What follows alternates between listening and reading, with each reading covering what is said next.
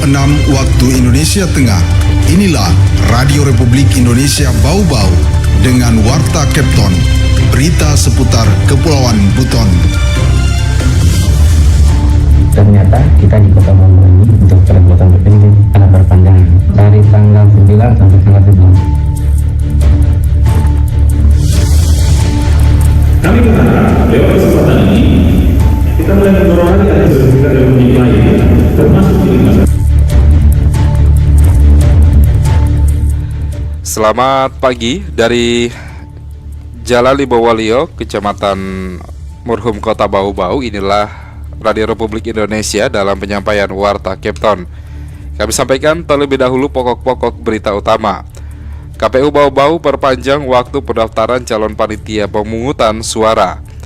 Badan Pertanahan Nasional Kota Bau-Bau menyerahkan sertifikat elektronik perdana kepada pemerintah Kota Bau-Bau. Inilah Warta Kepton selengkapnya Jumat 10 Mei 2024 bersama saya Laode Muhammad Syahribul.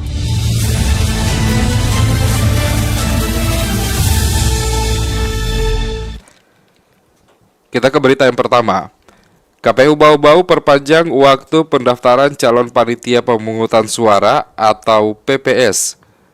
Hal ini dikarenakan masih ada 32 kelurahan yang belum mencapai jumlah pendaftar minimal.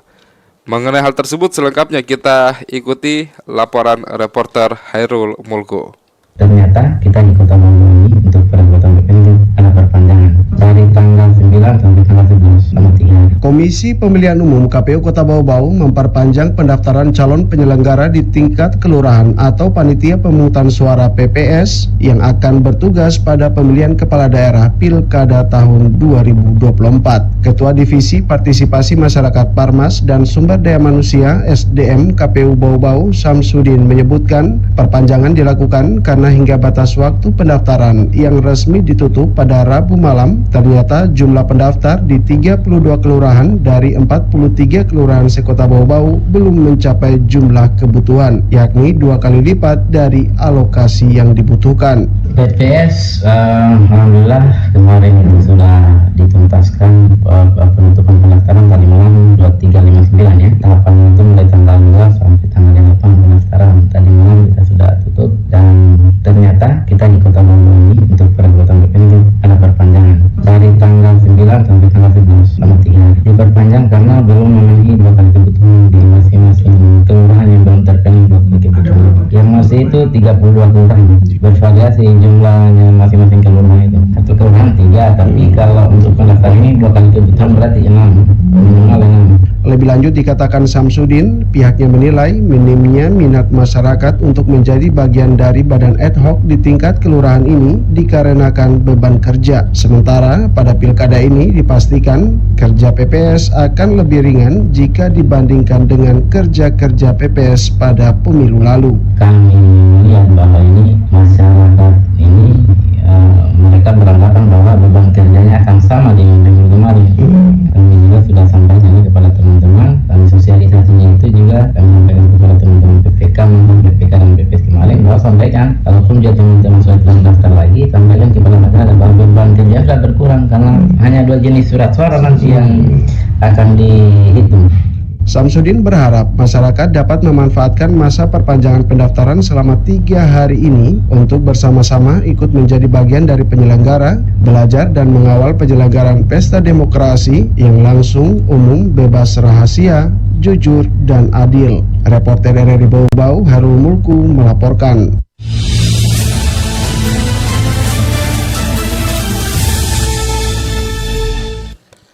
Badan Pertanahan Nasional Kota Bau-Bau menyerahkan sertifikat elektronik perdana kepada pemerintah Kota Bau-Bau, sekaligus menandai Kota Bau-Bau resmi menerapkan sertifikat elektronik. Selengkapnya dilaporkan rekan kami Afriansyah.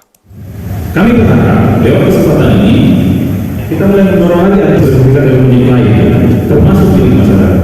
Badan Pertanahan Nasional BPN Kota Bau-Bau menyerahkan sertifikat elektronik perdana kepada pemerintah Kota Bau-Bau, sekaligus menandai Kota Bau-Bau resmi menerapkan sertifikat elektronik.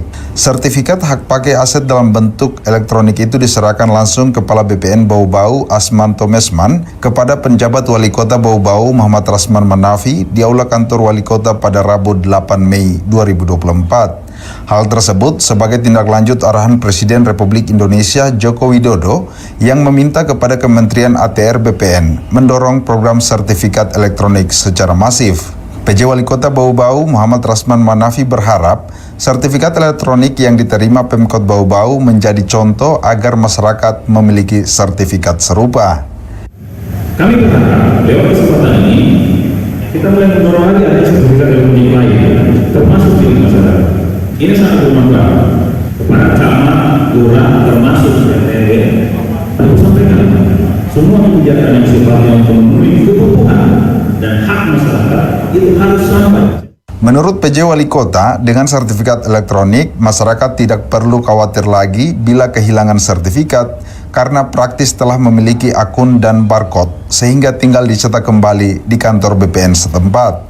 Sementara itu, Kepala BPN Bau-Bau Asmanto Mesman mengatakan sertifikat tanah manual hak milik sudah bisa dialih media ke elektronik sesuai perintah terbaru dari Kementerian ATR BPN. Terkait pensertifikatan elektronik untuk hak milik masyarakat, kami sudah ada perintah dari kementerian juga bahwa sudah bisa alih media untuk jenis hak milik masyarakat. Jadi hak pakai sudah bisa, hak milik juga sudah bisa. Saat ini, kata Asmanto, BPN Bau-Bau sedang menunggu alat cetak khusus dari Jakarta karena pencetakan sertifikat elektronik menggunakan printer dan tinta berbeda dari biasanya. Ia mengatakan alih media sertifikat manual ke elektronik tidak dipungut biaya alias gratis. Masyarakat cukup membawa sertifikat manualnya di kantor BPN. Bedanya sertifikat manual dan elektronik, ungkap Asmanto, kalau sertifikat manual memiliki 6 lembar, sedangkan sertifikat elektronik hanya 1 lembar. Kertas yang digunakan sama dengan kertas uang yang memiliki hologram serta ada barcode. Dikatakan keunggulan sertifikat tanah elektronik diantaranya mudah dalam pemeliharaan, dapat diakses tanpa batas waktu dan ruang, memiliki tingkat keamanan yang baik, serta minim resiko kehilangan, terbakar, dan pencurian. Kalaupun sertifikat elektronik hilang, kata Asmanto, cukup dimasukkan kembali akun dan barcode-nya, sudah bisa terbit lagi yang baru. Kalau yang manual, kalau hilang harus lapor polisi, disumpah, masuk koran, baru kita terbitkan. Kalau itu cukup barcode-nya, masukkan, keluar yang baru. Dan yang lama itu langsung otomatis tidak berlaku. Reporter RRI Bau-Bau, Afriansa, melaporkan.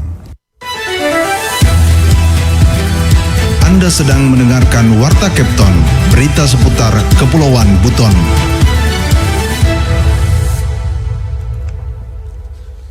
Kita ke berita lainnya. Tingkatkan penghijauan, Dinas Lingkungan Hidup Kota Bau-Bau sebar ribuan bibit pohon mangga. Bibit pohon paling banyak akan ditanam di tepi jalan protokol.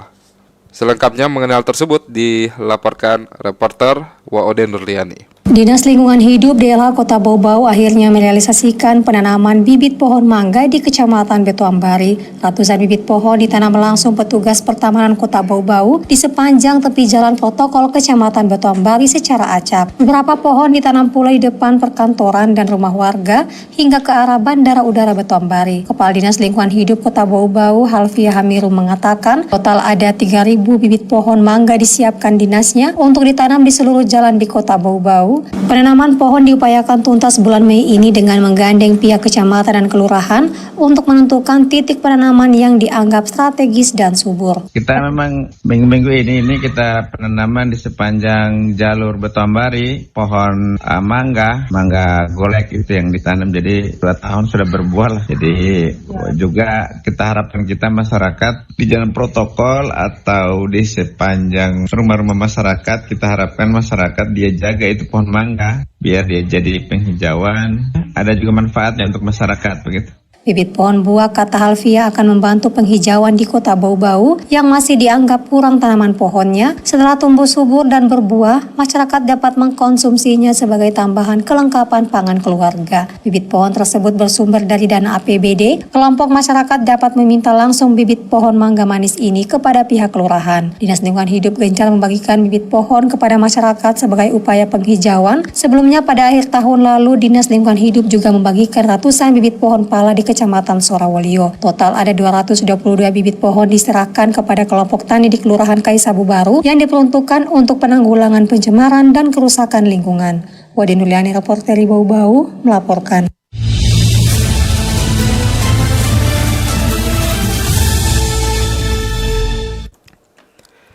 Kita ke berita yang terakhir. Anggota DPRD Provinsi Sulawesi Tenggara, Fajar Ishak, mensosialisasikan peraturan daerah atau Perda Provinsi Sulawesi Tenggara nomor 3 tahun 2023 tentang pelestarian dan pemajuan warisan budaya tak benda. Sosialisasi ini menghadirkan masyarakat Kelurahan Batulo, Kota Bau-Bau pada hari Rabu kemarin pendengar 2024. Fajar Ishak menyebutkan Perda tersebut digagas sejak tahun 2022, kemudian di tahun yang sama masuk dalam program pembentukan Perda. Namun nanti di tahun 2023 baru dilaksanakan yang didahului dengan pembuatan naskah akademik oleh 2 orang tim ahli dari Universitas Dayanu Iksanuddin, yakni Andi Tenri dan Laode Abdul Manafi. Selain Perda Provinsi Sultra nomor 3 tahun 2023 tersebut, juga ada Perda Provinsi Sultra nomor 4 tahun 2023 tentang pelestarian cagar budaya. Fajar mengatakan kedua perda itu dibahas secara paralel dan dilahirkan bersama. Namun, satu perda berbicara terkait warisan budaya tak benda dan satunya lagi berbicara mengenai cagar budaya. Dengan lahirnya perda ini, lanjut Fajar, diharapkan 17 kabupaten kota di Sulawesi Tenggara segera dapat melahirkan perda yang sama. Sebab perda yang dibentuk di tingkat provinsi lebih pada adanya persamaan warisan budaya tak benda antar daerah yang satu dengan yang lainnya. Misalnya warisan budaya tak benda yang dimiliki Kota Bau-Bau ada kesamaan dengan yang dimiliki daerah eks-Kesultanan Buton lainnya seperti Buton, Buton Selatan, Buton Tengah, Buton Utara, dan Wakatobi. Politisi Partai Hanura ini menjelaskan, perda tersebut membahas soal bagaimana perlindungan warisan budaya tak benda, bagaimana pembinaannya, dan bagaimana pemanfaatannya. Terkait perlindungan, maka harus segera menginventarisir seluruh warisan budaya tak benda untuk dilindungi dengan cara menetapkannya sebagai warisan budaya tak benda. Adapun warisan budaya tak benda meliputi tradisi lisan, manuskrip, adat istiadat, ritual, pengetahuan tradisional, teknologi tradisional, seni, bahasa daerah, permainan rakyat, olahraga tradisional, tenun tradisional, dan kuliner tradisional. Anda sedang mendengarkan Warta Kepton, berita seputar Kepulauan Buton.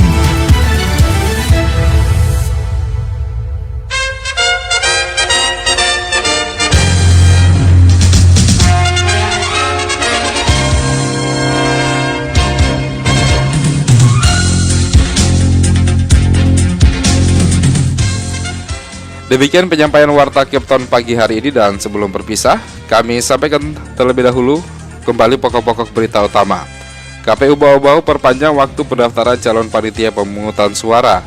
Badan Pertanahan Nasional Kota Bau-Bau menyerahkan sertifikat elektronik perdana kepada pemerintah Kota Bau-Bau.